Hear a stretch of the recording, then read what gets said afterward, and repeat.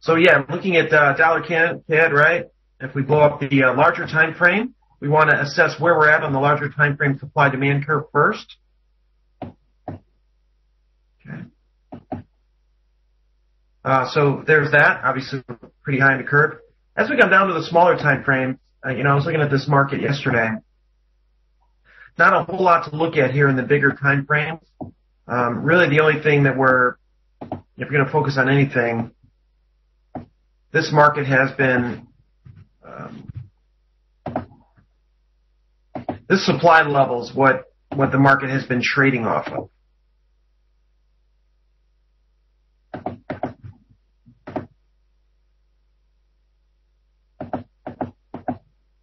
Okay, so that supply level, the market's been trading off that.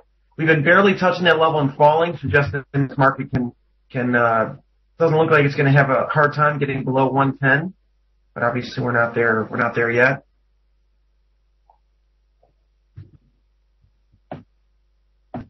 Okay, so knowing where you're at on the larger time frame curve, now you can come down to smaller time frames and look to plan something out. So with supply above, again, I wouldn't do anything with this market now. If you get up to above 111, you're getting close to that supply. If you get down close to 110, you're getting closer to the demand. But that just means on a small time frame, you can take whatever shows up. So, for example, okay, looking at just a little 10-minute chart here. We've got a couple areas right here and another one right up here.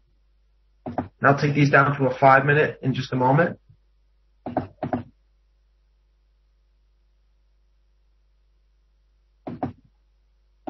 Boyke, yeah, we talk about the curve quite a bit. And I don't know there's a solid short answer. But we'll go over it again.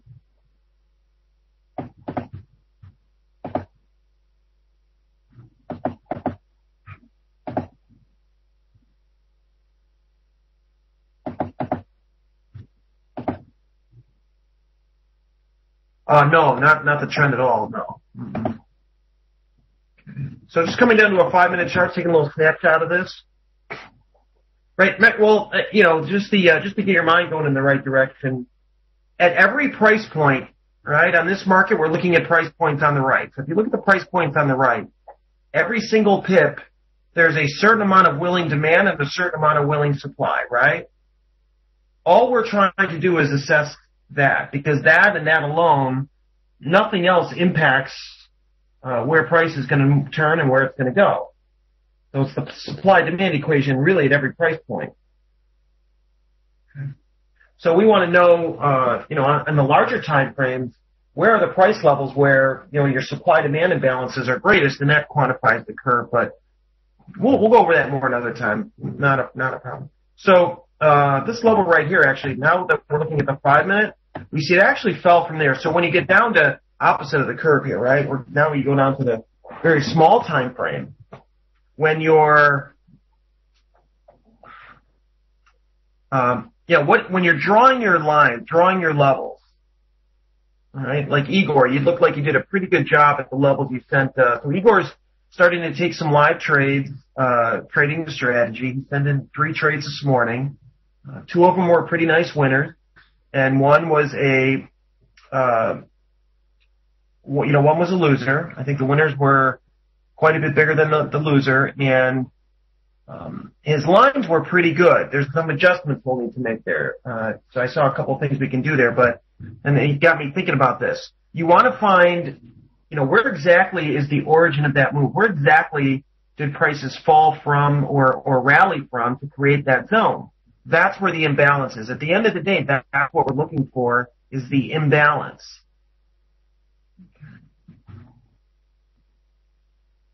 Yeah, so good point there, John. So that's why I kind of moved this. But as we look at it, so yeah, supply exceeded demand here, exceeds demand here. That's why prices fell from this level. But as John is pointing out, and he's right, notice how price, and let me move the box over. Maybe that's why it will be easier to see. So notice you already had a rally back up into it. Well, here's actually where we're going to enter. And the fact that price went all the way up to the top of this range means that this probably is not a great level anymore. Okay, so according to our odds enhancers, that would disqualify that level. Remember, we're only looking for fresh levels, and it's not. However, this one above is. Looks like this is far from current price, but remember, we're only looking at a 5-minute chart. So price can easily get there. Okay. Shane, whenever, especially in FX, it doesn't matter. In the other markets, we've got that 2-3 hour window in the morning, but yeah, in the futures, yeah, so if you're trading those equity index futures, we'll go to those in a few minutes. You're going to find, it's very clear that in that 7 to 9 o'clock window Central Time, 8 to 10 Eastern Time, levels that are created during that time or meet entry during that time are very high probability, and that's because that's when institutions obviously are, making the bulk of their revenue too. Okay, both on the trading side and transaction side. Okay, so let's see. All right, so we'll just go 2 pips above that level, right there. And so we're looking at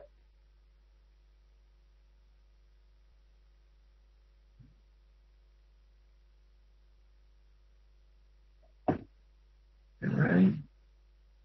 So we're looking at about 8 ticks there. 8 pips. Okay, so we'd be looking for about 16 on the downside, which would bring us down to, at least to the first target, right? That brings us down to about right here. Okay. So if you're looking for 2 to 1 off this, that's where 2 to 1 would come in. Notice the chart is already offering us more than that. Shane, anytime. It's one lesson I've learned over the years is time is irrelevant when it comes to the entry. In the larger time frame, some of the best entries have come just after hours when no one's around and price never comes back.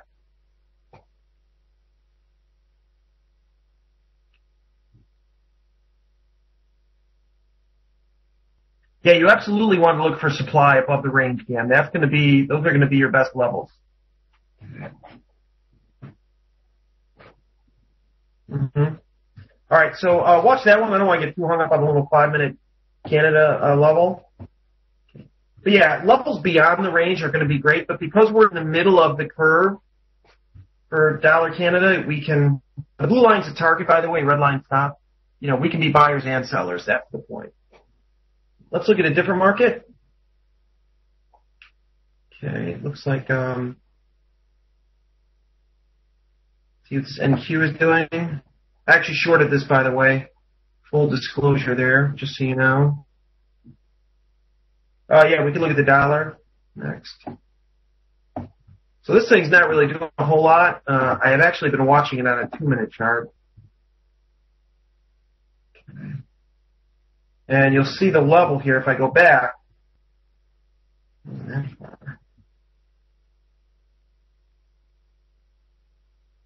There's a level.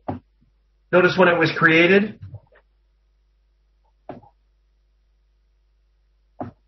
Okay.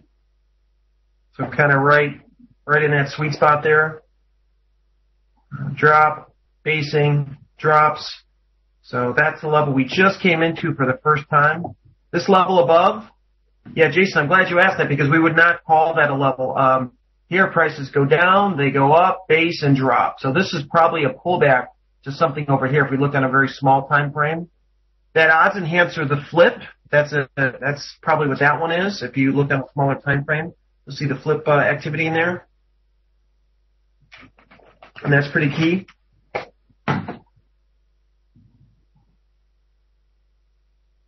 Yeah, Boyke, I would say absolutely. So if you're looking for depends on what risk reward you're looking for. If you're really looking for 3 to 1 opportunities, if you want to take 3 to 1 opportunities, look for opportunities on the chart that offer you 4 to 1. Make sure the chart is offering you more than your going to take. So the NQ, not a whole lot to look at here. However, below current price, we do have a level down here. And according to our odds enhancers, we would pick this one, according to our rules.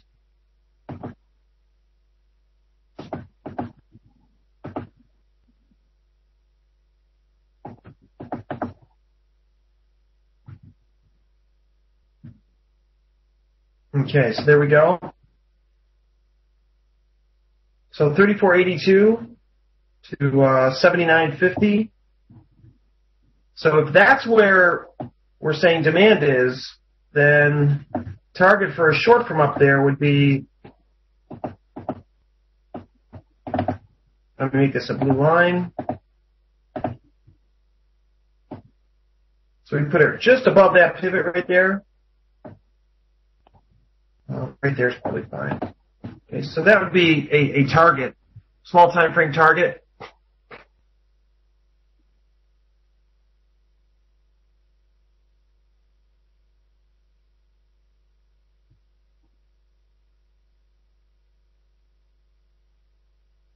$34.62 to 60. Down here, you got to be careful because you have a couple levels on top of each other.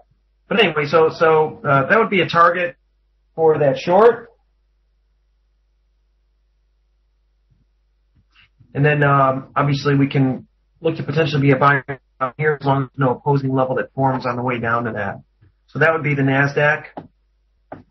That's a pretty clear set of levels.